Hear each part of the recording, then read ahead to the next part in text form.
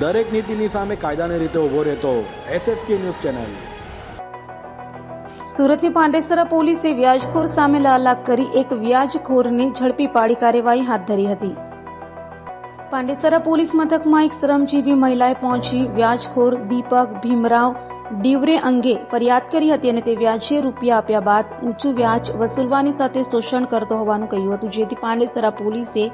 વ્યાજખોર દીપક ભીમરાવ ડિવરેને ઝડપી પાડી તેના ઘરે જઈ તપાસ કરતા અન્યોની પણ ફાઇલો મળી આવતા આરોપીની ધરપકડ કરી વધુ તપાસ હાથ ધરી છે અને અન્ય ભોગ બનનારાઓએ પણ ફરિયાદ કરવા આગળ આવવા પોલીસે જણાવ્યું હતું। પાંડેસરા પોલીસ વિસ્તારમાં મનીષાબેન નામના અરજદાર પાંડેસરા પોલીસ સ્ટેશન આવેલા, જેમણે પાંડેસરાના પ્રેમનગર વિસ્તારમાં એક ઈસમ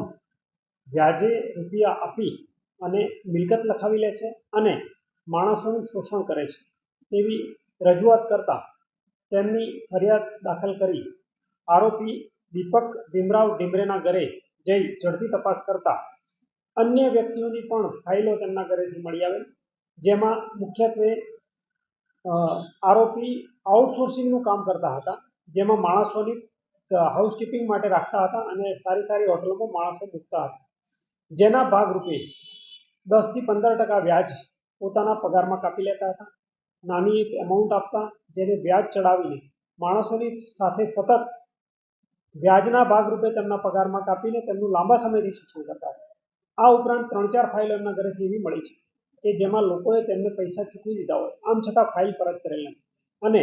સને 2008 થી અત્યાર સુધીમાં 4 ફાઇલ એવી પણ મળી છે કે જેમાં તેમણે ખૂબ નજીવી કિંમતે મકાન લખાવી લીધું હોય અને પોતાના હસ્તક કરી લીધું હોય અને આજે પણ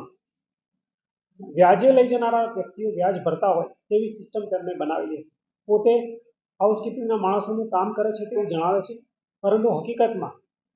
મજબૂરીમાં આવેલા માણસોને નાનકડું પેમેન્ટ આપી પોતાની પાસે રાખી વ્યાજના ભાગરૂપે તેમનું શોષણ કરી નિયમિત રીતે તેમનું એક્સપ્લોટેશન કરતા હોય છે,